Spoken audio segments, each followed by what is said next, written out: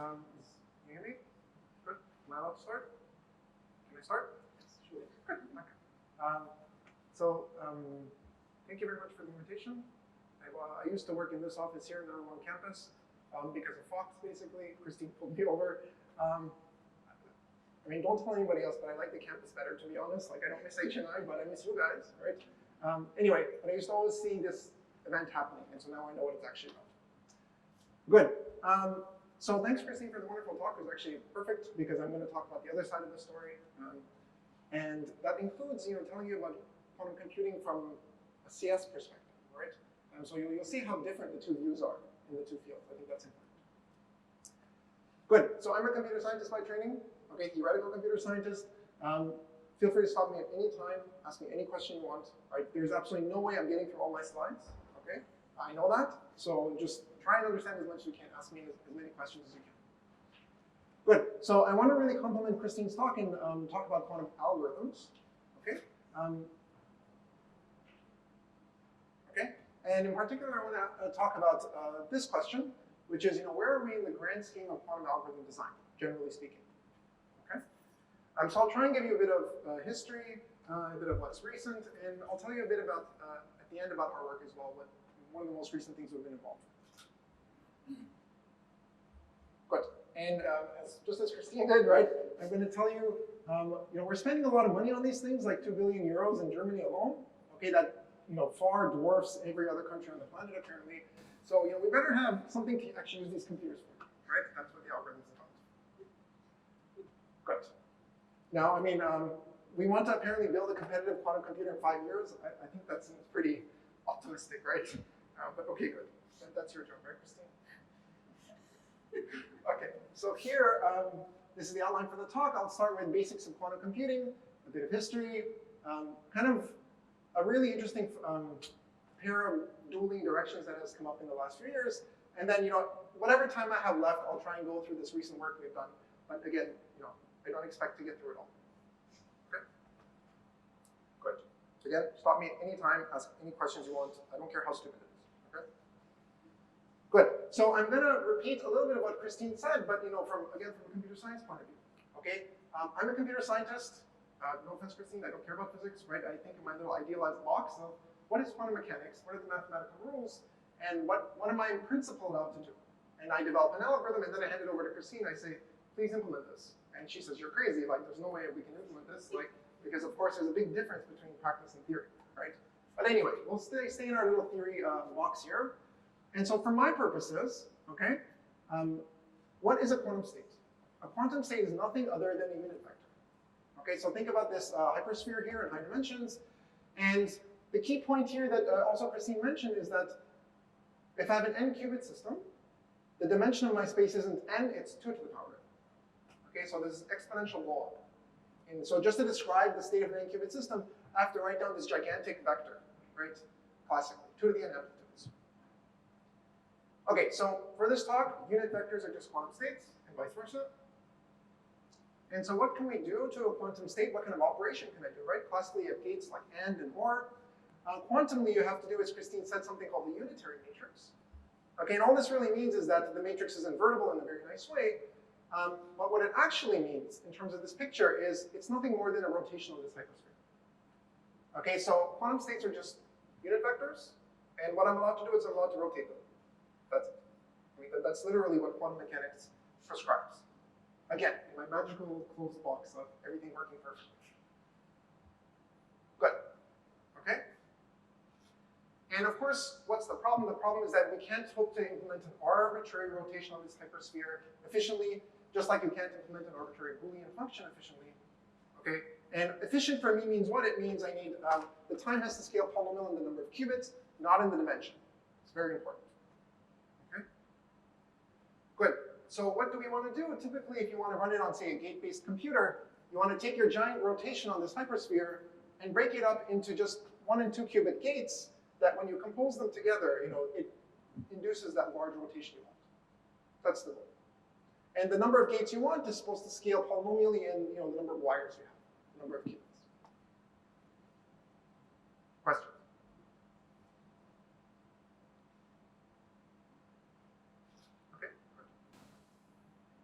I need to tell you one more thing. I'm going to actually tell you a bit of physics, actually. So this will be important for my talk. So something you need to know about is, where does this unitary come from? Why in the world does quantum mechanics allow you to do these rotations, right? And the reason is technically something called Schrodinger's equation. Schrodinger was a famous Austrian physicist, and in his mid-30s, he had a midlife crisis, thinking he went into the wrong field, and shortly thereafter, he discovered his very famous Schrodinger equation, for which he's now named. And where does this come from? The unitary, here it is. It's some big matrix. It's got dimension 2 to the power n. And it's the exponentiation of something called the Hamiltonian, which just think of it as a big symmetric matrix. That's what it is. Okay, so it's some matrix that's symmetric and has real eigenvalues. And this is, Schrodinger's equation says that this is precisely the type of evolution that's allowed by quantum mechanics. Okay? You take your Hamiltonian, each quantum system has some Hamiltonian that governs how it changes in time. Okay, some big matrix. So that's what this is here. H is a Hermitian operator. It acts on dimension 2 to the power n. It's what we call the Hamiltonian, and it governs the time evolution of this system. Okay, so if I wait 10 seconds from now to the future, this H, when I exponentiate it, it will tell me exactly how my quantum state will evolve in time. Okay, so that's where this U comes from. The other thing I need to tell you is that, of course, you're going to dictate your time of evolution. That's this real parameter T. Okay? So, if you don't want to think in terms of, quantum gate sets, you can also think in terms of the right side, which is this, the physics field. I'll need to talk about that briefly later. Any questions, though? One question. Yeah, get it. Do you know this Hamiltonian matrix in concrete cases? So the question is, do I know the Hamiltonian matrix in concrete cases? That's a very good question. What typically happens is that, in principle, you have some physical system in your lab. You're an experimentalist, but this is the way when I talk to physicists. And you just do a bunch of experiments on it, and then you get to a point where you're interested in certain quantities in your system. You certainly can't hope to model all degrees of freedom, I think, with one particular Hamiltonian. But if you're interested in certain things, let's say the magnetic properties of the system, then you end up coming up with a good enough model that seems to approximate all those properties you care about. So, for example, for magnetism, there's a very famous antiferromagnetic Heisenberg model that's been known for like 100 years, and that's a very hard model to solve, and we know it models magnetism very well. Right? So in some cases, the answer is yes. But in general, it's unknown. Like ahead of time, you don't know, of course, what the Hamiltonian is for your system. Like if I give you some system, I don't know if you have something else you would add to that. But this is kind of what I've heard when I talk about this. Good. One thing you might wonder, this thing here, like what in the world does it mean to exponentiate a matrix? Right? Normally the function e to the x is a real valued function. And so, throughout this talk, and in quantum mechanics, we always use this idea of an operator function. And it's a very simple idea. All it really says is that if I exponentiate a matrix, or I apply some other f of x, f of h to my matrix, what does it mean? It doesn't mean anything other than I apply the function not to h itself, but directly to the eigenvalues of h. That's all. Okay, so imagine I took my h, I diagonalize it, and then I apply the function f to each of the eigenvalues, and then I undo the diagonalization. This is what an operator function is. Good. Questions about that? Good. All right, so let me tell you a bit about a select history of quantum algorithms. Of course, I cannot go through nearly as much as what's been done, but I'll try and highlight kind of what I think are some of the most important and also relevant to what I want to say later. Good. So before I actually talk about quantum algorithms, I really want to stress some of the same points that Christine made, right? So the first mention of using quantum information for computation, in some sense, was absolutely nothing to do with, say, factoring or even physical systems. It was Wiesner's quantum money scheme. Okay, and this happened in the late 1970s.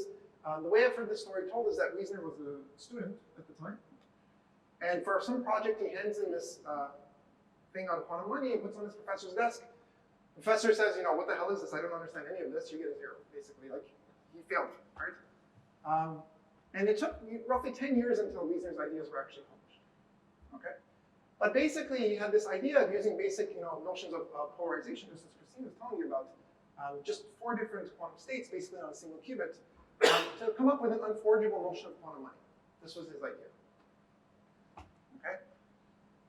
And just to give you a sense, I mean, the security of this scheme was not proven until like many, many years later, okay, 2012.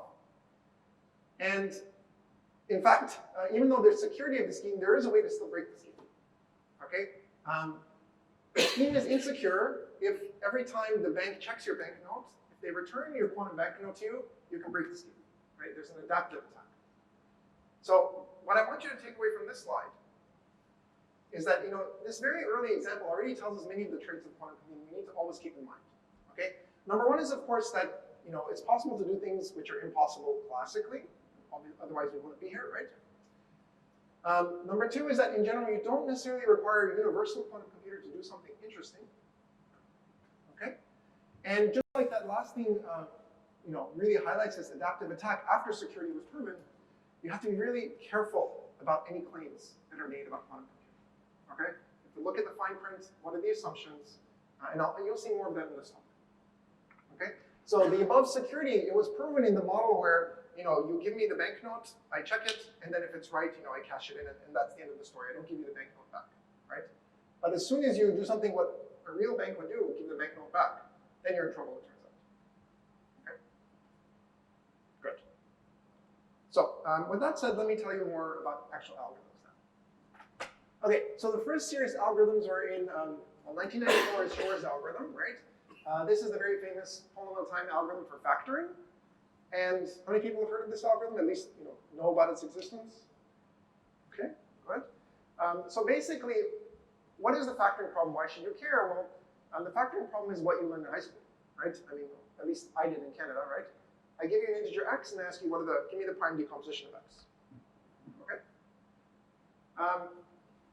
Now, if you think back to your high school years, you might think it was a bit odd in retrospect that you didn't learn like a systematic algorithm for solving the factoring problem. Right? Usually you learned a handful of tricks that could allow you to factor in certain cases, but not in others.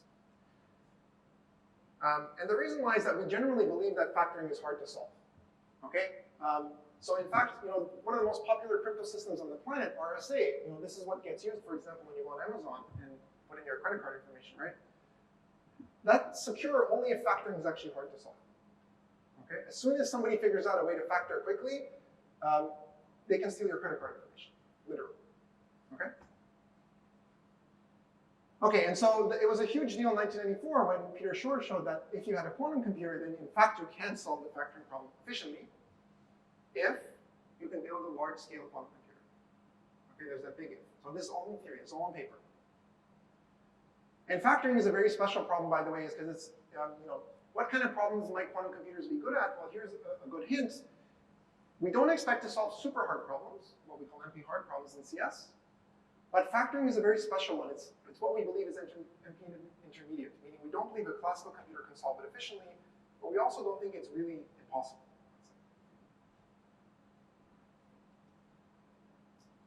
Good, so maybe I won't say more about that there. Okay, there's another very famous problem, the graph isomorphism problem. Has anybody heard of this? Yeah, good, yeah. So back in the day when there's this very famous paper in the 1970s of Richard Cart, and it showed basically the first big set of NP-complete problems, right? Problems that had been open for like 150 years in the math community, and he showed that all of these problems are the exact same difficulty. And there are two problems he couldn't show were hard. They were factoring and graph isomorphism. He tried, he couldn't do it, so he released this paper without those two problems. Okay, so now we know that factoring is solvable in polynomial time, so obviously you might hope that graph isomorphism is also solvable in polynomial time, but we still don't know how to do that.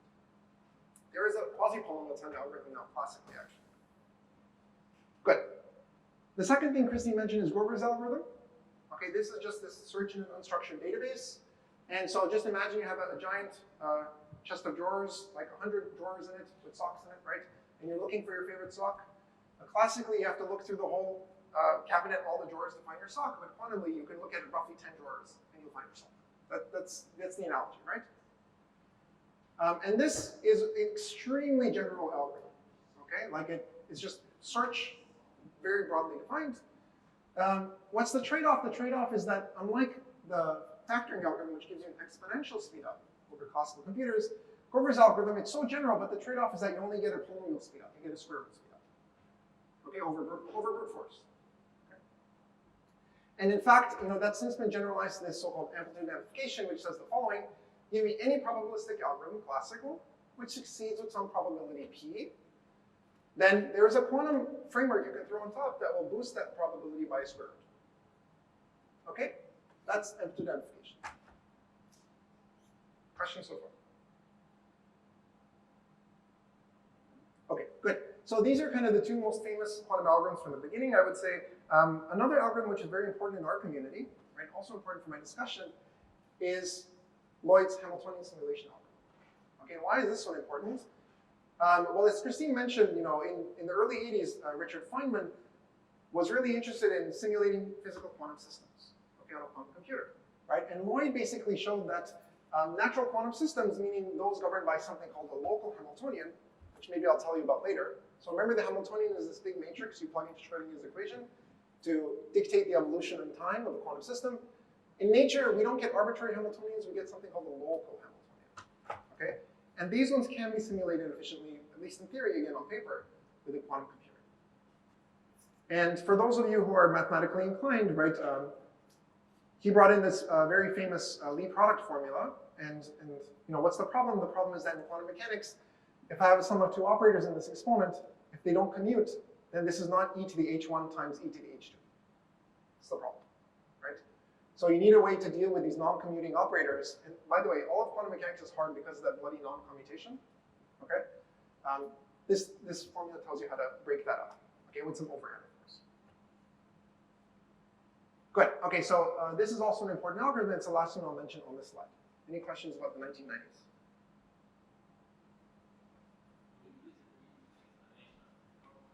Which one? Oh, the Lie product. Ah, good, good, good. So imagine, I told you that in Schrodinger's equation, the unitary comes about because you take your Hamiltonian, your matrix, and you do e to the I power h in the exponent. Now, h is normally a sum of terms, especially if it's what we call a local Hamiltonian. It's a sum of many terms. And so normally, if this was a scalar, right, e to the x plus y is just e to the x times e to the y. Okay? But when this operator, this is a high-dimensional operator, if it doesn't commute, if these two terms, the order of multiplication matters, you can't just break apart that exponential into a separate product of e to the h1 times e to the h2. You can't do that. If you could do that, then quantum computing would be trivial, like at least, again, in theory, right? So you have to use fancy tricks like this, where you have to keep switching between applications of the two separate terms, let's say, but for very small time slices where n goes to infinity. This is the idea. So it's some way to get around non-commutation. This is the story. Okay, so these were the 1990s.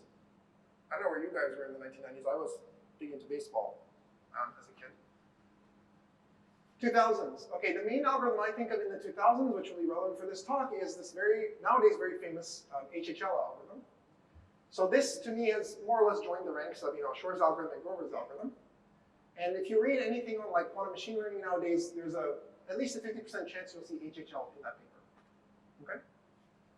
And a lot of you, how many people are engineers? How many people are computer scientists? What are the rest of you guys? It was hard to understand. What was your first question? How many people here are engineers? Ah, good, okay. I've learned I need to speak slower. How many people are computer scientists? Ah, good, okay, that makes more sense. Okay, good. So, especially for the engineers of you in this room, right? You almost certainly solve linear systems of equations, okay? And what HHL shows, basically, is that you can solve linear systems of equation, and I have a nice juicy red star by solve over there, with an exponential speedup. Okay, by that I mean, you want to invert the matrix A, right? And normally that takes time polynomial in the dimension of A. And a quantum computer can, in theory, do it in log of the dimension of A. Okay? So let that sink in for a second, right? I mean, there's something a bit fishy about this claim, right? If I'm only allowed to work in time logarithmic in the dimension, I can't even write the solution vector out. I don't have time to write out all the entries of the solution vector, right? And I told you before, you should always be careful of quantum claims, right? And so you're supposed to be eagle-eyed like this eagle here, okay? So the catch, what's the catch? The catch is that, of course, I don't even have time to return the full solution vector x. I can't do that. I'm only allowed to work in time logarithmic in the dimension. So what we actually return to you in this algorithm is a quantum representation of the solution. Okay, it's represented as a quantum state. Okay, so it's literally vector x, but in a certain quantum representation, and that quantum representation only takes log of the dimension, number of qubits. That's the catch. Okay? So you can't read all the entries of x as you might normally want to do as an engineer. But what you can do is once you have this quantum state, you can do some measurements on it and try to extract some global property about your state. Okay, that's the idea. So any questions about that? Okay. And what's the approach? I mean, we'll kind of touch on this a bit later. The approach is what I like to call eigenvalue surgery. Okay. And roughly speaking, I want to basically, how do you solve this, right? You just need to invert this matrix A. Okay? What does it mean to invert a matrix A? It means equivalently that you want to invert the eigenvalues of A. Okay, if I were to diagonalize A, okay, and then do 1 over all the eigenvalues, invert them, and then undo the diagonalization, I wouldn't have A, I'd have A inverse. And that's exactly what the quantum algorithm does. Okay? It basically takes your matrix A, okay, and it basically encodes it into a unitary, something you can actually do on a quantum computer. And once it has this, I need to invert the eigenvalues of A, and there's a very well-known algorithm called quantum phase estimation. This allows you to extract the eigenvalues of U, which of course are related to the eigenvalues of A. And once I extract the eigenvalues of U, I can manually kind of invert them. I can do this surgery. And then I can stuff it all back into my operator. And this is, roughly speaking, how we can do this quantum. Okay, and of course, we're inverting all the eigenvalues in superposition at the exact same time. So that's why we get this speed up. One question. Yeah, get it. If you want to calculate this solution, you also have to know the eigenvalues. And I think the calculation of eigenvalues and eigenvectors, sorry, eigenvectors, Yeah. is, I think, also computation hard. Sorry, for a regular linear system, or? Just to calculate the eigenvalues or also eigenvectors is not like polylog of dimension. No, of course not. Yeah. Normally, you can do it efficiently, polynomial in the dimension of the matrix. That's what a normal human being would do, right? But we're not normal human beings, right? We want to do things exponentially faster. And so then you can't hope to get the same output as you would classically. So then you have this funny quantum representation. Yeah. I mean, if you want, this phase estimation algorithm can indeed return the eigenvectors to you, again, as a quantum state, not as a classical state. Yeah. What do you exactly mean by manually inverting that? Is that something which...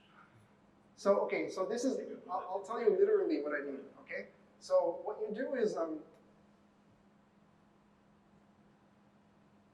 okay, easiest way maybe to explain this is you run this phase estimation algorithm, this one, and what it does is in superposition, it will extract all the eigenvalues of U. So all the eigenvalues of U it's sitting in some classical register. It's some bit string that describes each eigenvalue, okay? So, x1, x2, and they're all in superposition. And then now it's a classical piece of data. I can classically just invert that eigenvalue myself.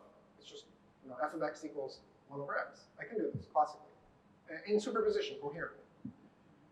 And then, so then you manually invert that register. Now you need to somehow stuff this back into the operator. And so here there's a trick that's very important. It's called pulse selection. And you measure a certain qubit. Okay, the way you do it basically, it's a quantum trick. Whatever that eigenvalue, the inverted eigenvalue is, you rotate an extra qubit just a bit. So if it's a big eigenvalue, you rotate a lot. If it's a small eigenvalue, you rotate a little bit. And then you measure that extra qubit. And it turns out mathematically that as long as the condition number of your matrix is not too bad, the odds of that measurement kind of forcing the final state you want, this A inverse X to show up, will be good. I mean, it's hard to explain this without writing it down, to be honest. But the point is that you want to reduce it to a classical computation, so you extract the eigenvalues, you do a classical inversion, and then you play a quantum trick to kind of put them back into your operator.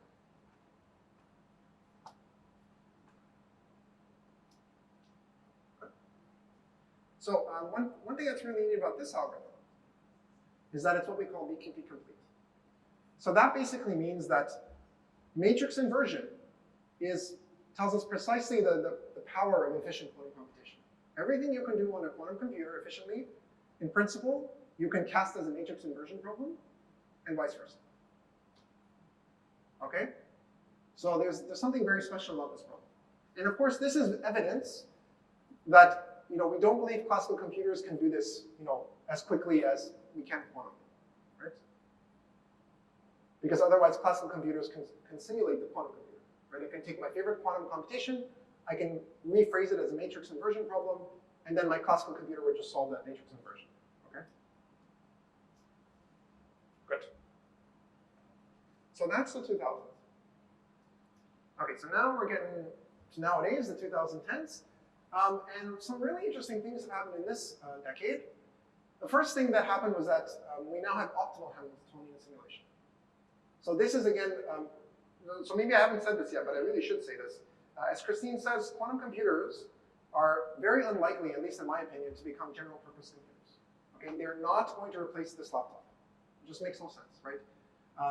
They're really good at very specific tasks that quantum computers are not very good at, right? Like factoring and simulation of physical systems, okay? And the most important application, at least for me, is simulation of physical systems, okay? Because if you want to do something like design nanomaterials, you want to design medical drugs, you need to understand how molecules interact. You need to simulate those physical systems, right? You need to understand those systems. And if you go to Wikipedia and look up supercomputers, it'll show you, in every decade, what were supercomputers working on the planet, right? In this decade, the world's supercomputers were working on simulation of physical systems, by far, okay? It's a very important problem. And so now we know how to do this, basically in optimal time. Okay, you can't go any faster. Okay, so that's really good news. I'll tell you a little bit about the technique of how this goes, right? So the way this really works is that, I want to exponentiate this operator here, h. I want to write e to the ht, right? And I want to do it as it's supposed to give me a unitary, right? And it turns out the right way to do this is you instead embed h into some bigger unitary. Okay, this is not the unitary I want. I probably should have picked a different letter here. These are not the same U's here and here. But I imagine I have some unitary encoding of h, so h is the top left block of my matrix. Okay? And what I want to do is, I want to induce this mapping, right? I want to take my quantum state psi to, the exponentiated version of h times psi. Okay? And this is what I just said. And so there's this really cool trick that Low and Trang came up with called qubitization.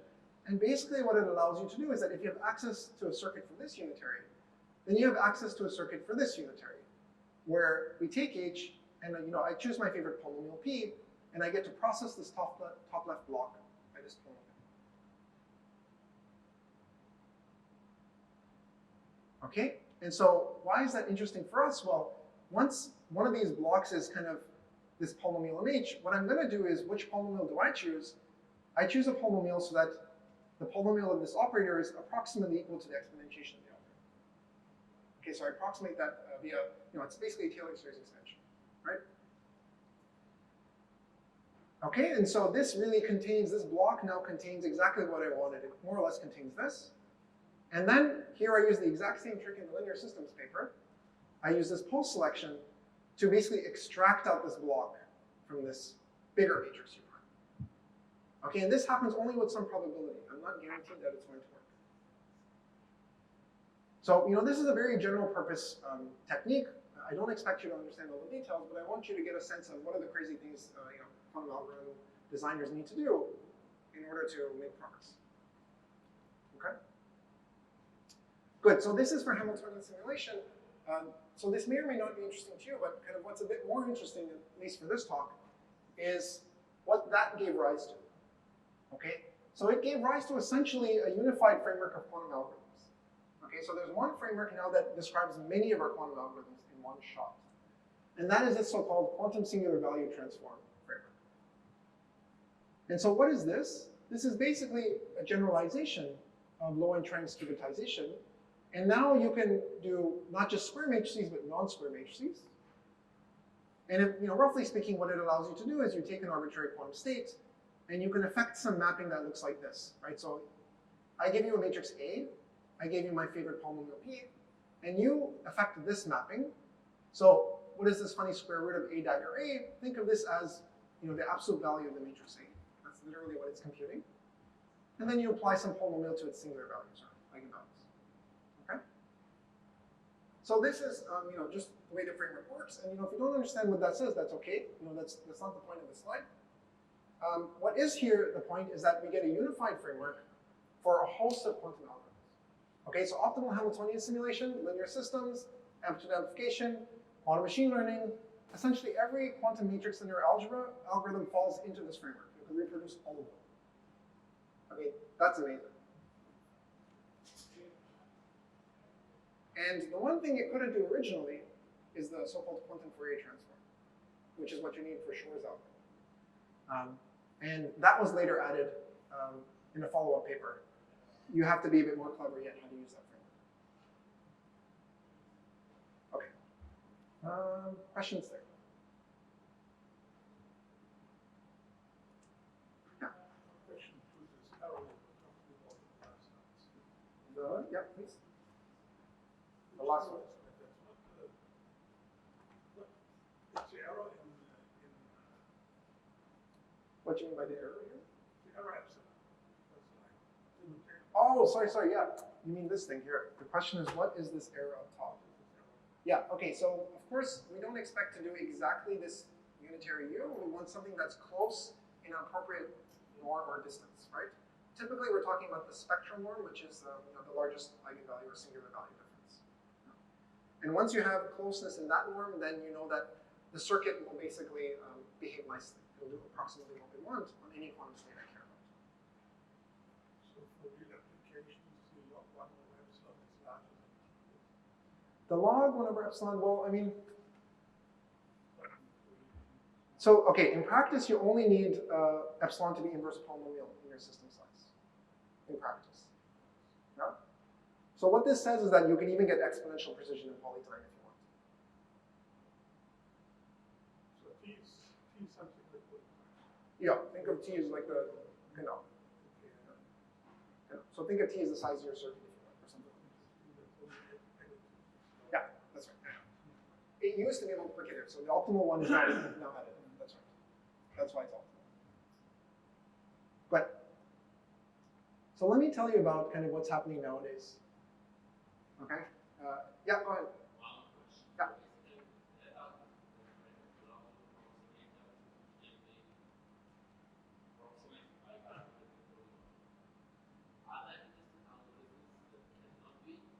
Well,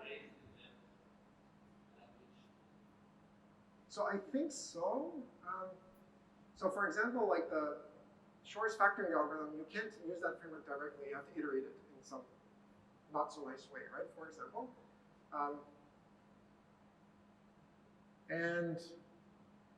But beyond that, I'm not sure off the top of my head, right? That's kind of the most obvious choice I can tell you about. Okay. Good. So what's going on now?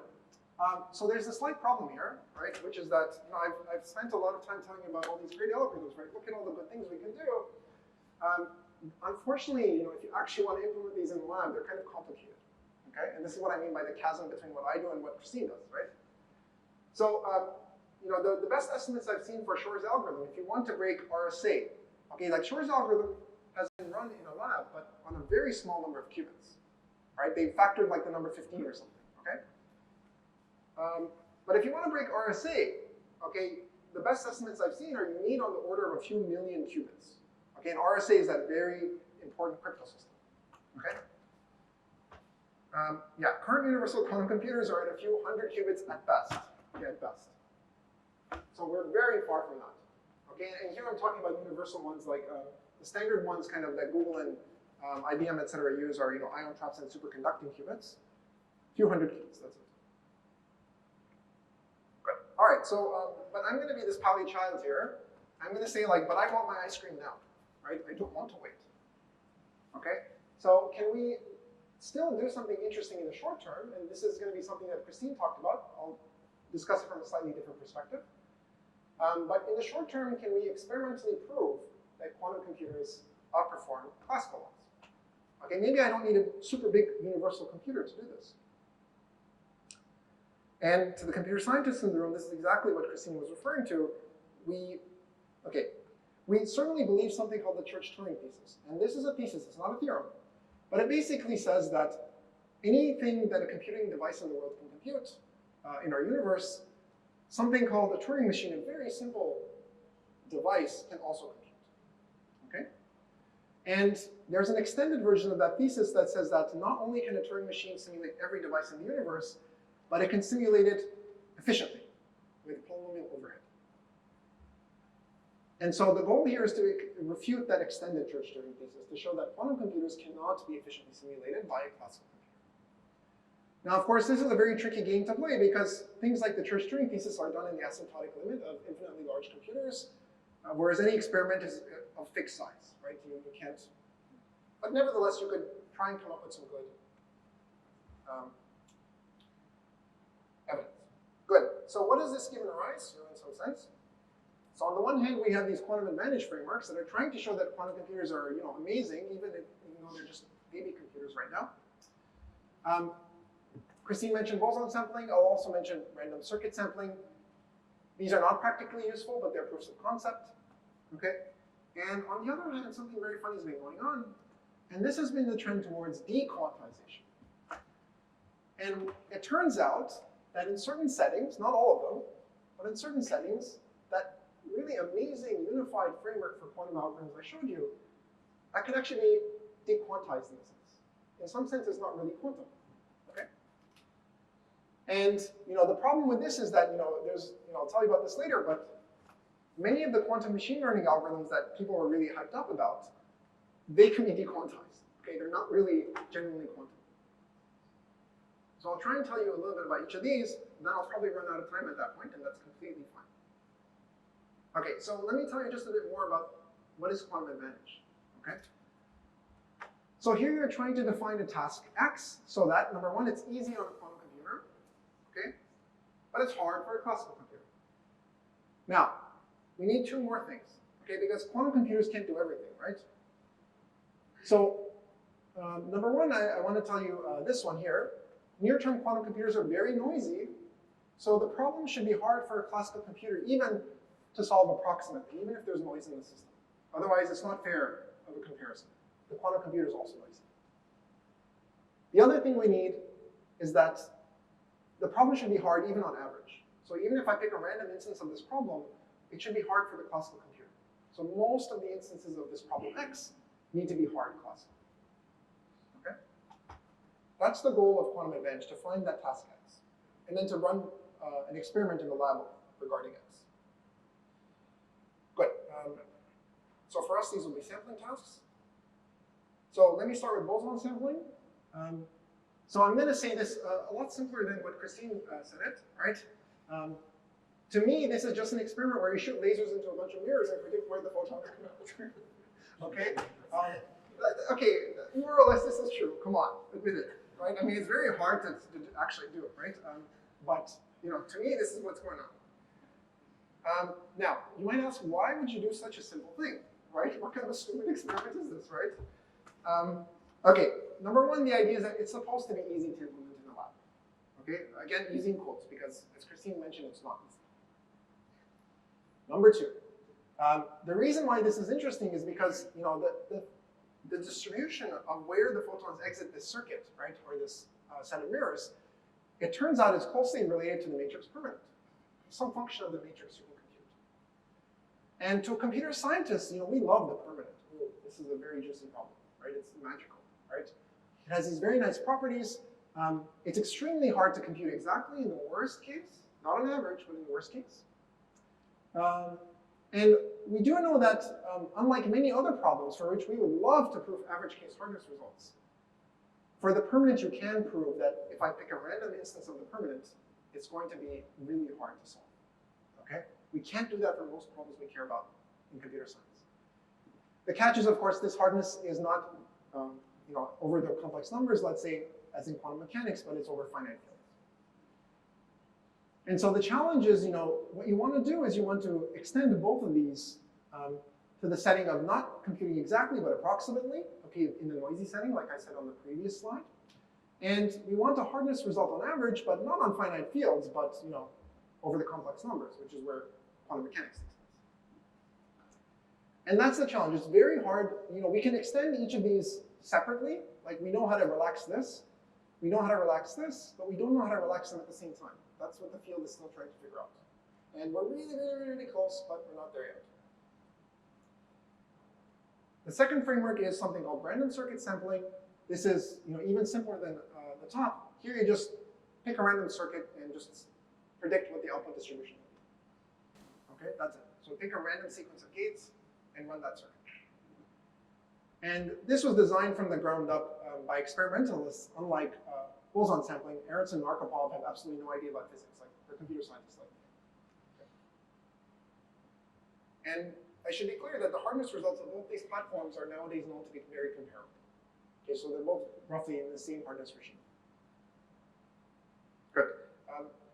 So in terms of experiments, as Christine mentioned, before we talk about experiments, this boson sampling, the problem is that it's very hard to produce single photons. Okay. And so therefore, Christina and friends had this very nice proposal, which is that why don't we use coherent states of light instead? And that's called Gaussian boson sampling. And that's exactly what the experiments are doing, okay, around the world. Well, mostly in China right now, to be honest. So the first random circuit sampling experiment, you probably just know this as a Google experiment, but it's actually a large consortium of US and German universities. And this is the scale of the experiment, 53 qubits. And then the first Gaussian boson sampling was in 2020. And there have been improvements on the Chinese side since then. Okay, but this is the scale we're roughly looking at. And if you ask me about how these experiments work, I will not be able to answer. Okay, like the actual implementation. You're going to need to bug Christine about that. Good. So has quantum advantage been demonstrated? So the honest truth is that it's an ongoing debate, right? Just as Christine said. Okay, so every other week there's or every other month there's a paper that says, oh, here's a way to simulate that last experiment that was supposed to take 100 million years on the classical engine. Good. And maybe in my remaining few minutes, I'll just tell you about this other dueling side of dequantization. Okay. So what is the story of dequantization? This actually has a cute way that it came about. So in 2016, Jordanis Kernaitis and Anupam Prakash came up with quantum recommendation systems. Okay, so how many people have like a Netflix account or Disney or whatever, right? Good. So how does Netflix know what movie you would like to see next, right? Well, there's this machine learning algorithm called recommendation systems, okay? And basically what it does is that, if a bunch of users gave a bunch of ratings, right, of products, based on that, you can model it as some matrix, some preference matrix, and you can use that to provide good recommendations to the users in the future. This is the idea. So it's some linear algebraic problem. And what is very important is that in machine learning, this is always assumed to have a very good low-rank approximation of this matrix, because this is usually true in practice. Good. So that's a recommendation system. And so what Jordanis and Anupam did is they came up with an algorithm that runs in time logarithmic in the dimension of the matrix. Okay? So just like the linear systems algorithm. Okay? And so this seemed like an early Christmas, right? Everybody was like, ooh, right? We can actually solve a very interesting task exponentially faster. Good. So then along comes Scott Aronson, who was the same person behind boson sampling. And he had this really amazing 18-year-old undergrad student, Ewan Tang. And Scott said, I really like this paper about Jordanis and Anupam. Can you prove that maybe it can't be simulated classically? Okay, and Ewan says, what do you mean? And Scott says, well, okay, I'm imagining what the conversation would have been like, right? But I know they've had this conversation. Maybe you can show something like it's BQP complete, just like linear systems, meaning it's equivalent to the power of quantum computation. So Ewan says, okay, good, I'll get right to work, right? And a little while later, she comes out with this paper. A quantum-inspired classical algorithm, okay, for recommendation systems. Okay, and basically, and I won't read this whole thing to you, but it's basically a classical analog to their algorithm. And this is a bit of a bummer because this was previously believed to be one of the strongest candidates for provably exponential speedups. Okay? Good. So there's this classical algorithm. And I need to tell you a bit more, though. Again, I told you, whenever anybody makes a quantum claim, you need to look very carefully at all the assumptions going into the claim. And this is no exception. Okay? But there's more before I get there. Remember I told you about this QSVT, this quantum singular value transform, and how great it was? It turns out that in these low rank settings, not in general, but in low rank settings just like in machine learning, you can also dequantize that. Okay? And what that means is that basically all the quantum machine learning algorithms that we've had over the last couple of years, they can more or less all be dequantized. Okay? So recommendation systems down to support vector machines. Good. By the way, I was never a big believer in quantum machine learning. I want to be out there, right? Okay, well, what's the fine print? Okay, so the fine print is that dequantization does not mean that there is an efficient classical algorithm. It does not. Okay? What's really going on here is the following. All these quantum algorithms up top, they're also cheating a little bit. Okay? There's the assumption that I have this giant database, the Netflix database, right? And I can take that classical hard drive and I can somehow load it into superposition on my quantum computer so that I can then run a quantum algorithm. That's a highly non-trivial assumption, right? And so the quantum algorithms all make that assumption. Okay, that's this one. Quantum machine learning algorithms make the assumption that we can load input data into quantum RAM. That's unfair because it's not really clear whether this is really going to be possible. Okay. So what does dequantization do? It basically levels the playing field over here. It basically says that, okay, the classical algorithm will have some sort of sampling access to that input data in some very well understood sense. Okay? And for those of you who have done any sort of randomized linear algebra, you've seen this idea before. I'll tell you that now. Okay? And so basically what this means is that if you give the classical algorithm a little bit of extra power, you give it sampling access to that matrix in a well-defined way, then you can simulate exactly what the quantum algorithm is. Okay? So does this mean that these algorithms are really broken? Not necessarily, right? I mean, and it should be clear, don't trust a quantum computer scientist, right? Here, like even Ewan says in her thing here, as a consequence, Karenitis and Prakash's algorithm does not give an exponential speedup. That's not entirely true, right? Because again, the classical algorithm also gets an additional assumption, okay? But nevertheless, it more or less gives us the feeling that it's strong evidence that we don't believe that there should be exponential speedup here, okay? But it's not like definitive proof. Good, I'm going to stop there. Basically, what I'll say here is that in this recent work, we can also push this dequantization further. And it turns out that there's a problem in quantum chemistry that chemists really care about. That's what they're all working on right now.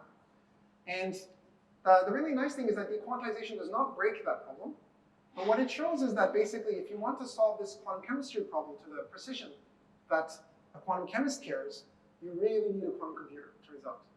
Classically, you can't do it. Classically, you can solve the problem to a much lower precision, but not to the precision that quantum chemists need. Okay, and that's this paper, but I will not say anything about that. So I'll jump straight to the end. Don't feel bad for me. This is ripped out of literally another talk on that paper. So we said that quantum algorithms have come a long way since factoring. Okay, there are things like optimal Hamiltonian simulation, this unified algorithmic framework. And right now, kind of two of the funny opposing directions are this quantum advantage on the one hand, trying to make quantum computers look good, and dequantization, which tries to make quantum computers look bad. Okay? And kind of one thing one might ask, which would be really nice, is can quantum chemistry be the right place to look for something we can do in the near term to demonstrate a quantum advantage?